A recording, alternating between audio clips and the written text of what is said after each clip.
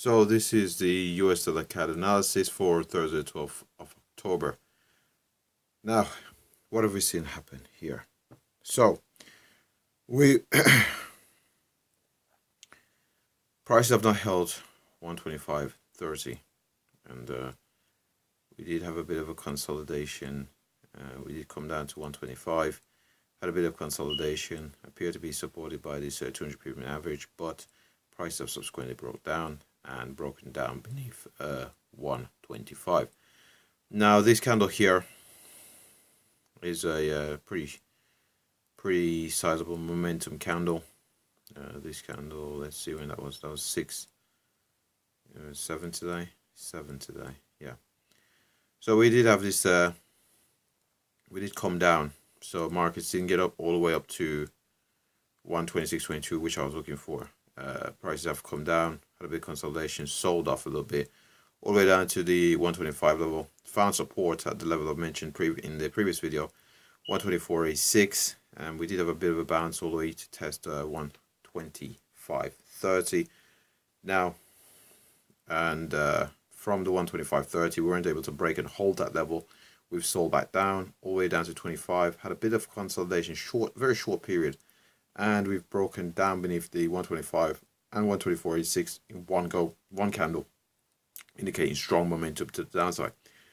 Now, we are trading below the weekly pivot at 125.30, and in light of the prices breaking down even further from the 125 with strong momentum, I'm going to expect a continuation to the downside now. So if I do get continuation to the downside, which there's no reason to believe that we won't, find the next area of where we expect some possible support, I'll be looking at 124.37, which I suppose is just really too close, isn't it, to where prices currently are at 124.50. But that's where the higher time frame moving average is, and beneath which 124.26 will come into focus.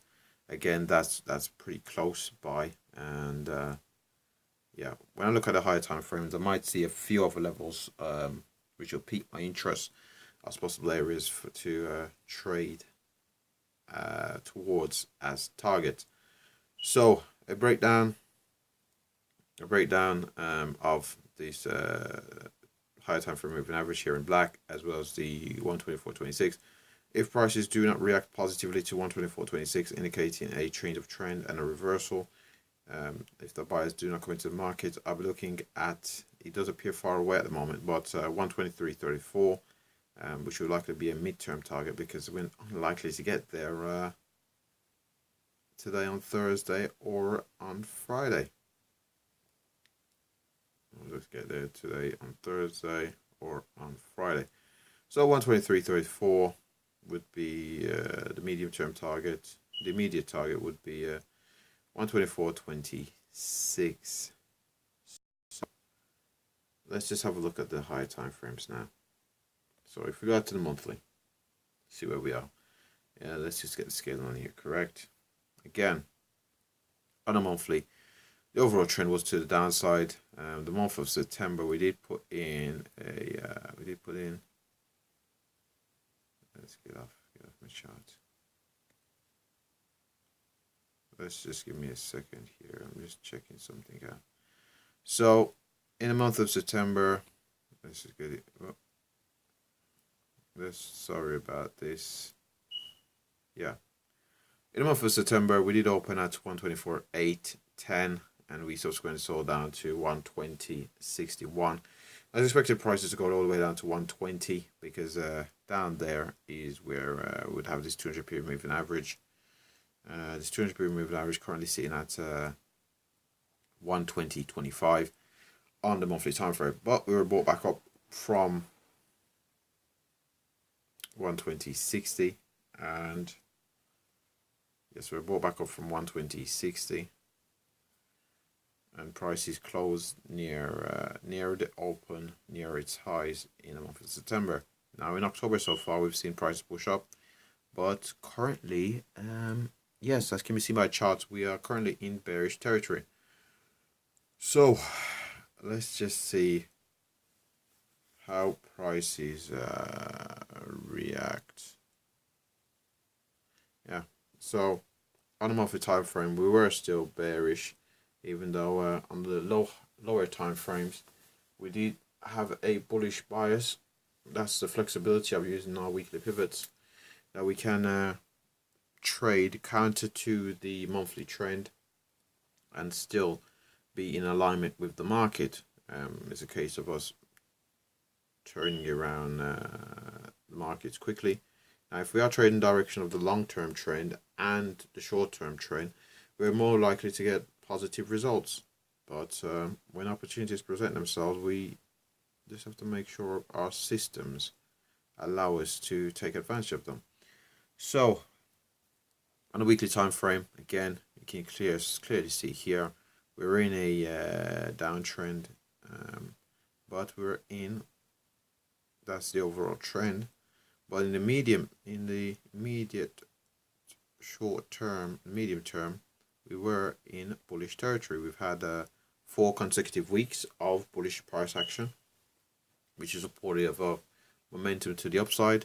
We've not quite got to the level I was looking at, that 126.22 level, but prices do appear to be reacting to this 200 period moving average here on the weekly time frame. The current moving out, the 200 period moving average is currently at 124.83. So it is above us at the moment, and this week is bearish, as the candle did open at 125.30. Let's just see. Candle did open at 125.30, and we are currently at 124.50. So we're about 80 points off the candle open. We are going to test the lows of the previous month's candle, and lows are at, where are the lows? The lows are at 124.48. So yeah, it's pretty much at that previous week's candle's lows.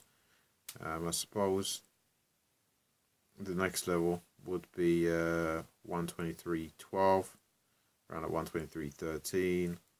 And let's just have a look where the lows are here. I've already got those marks on the chart. So if we do break down further from here, I've already mentioned the levels on the lower time frame.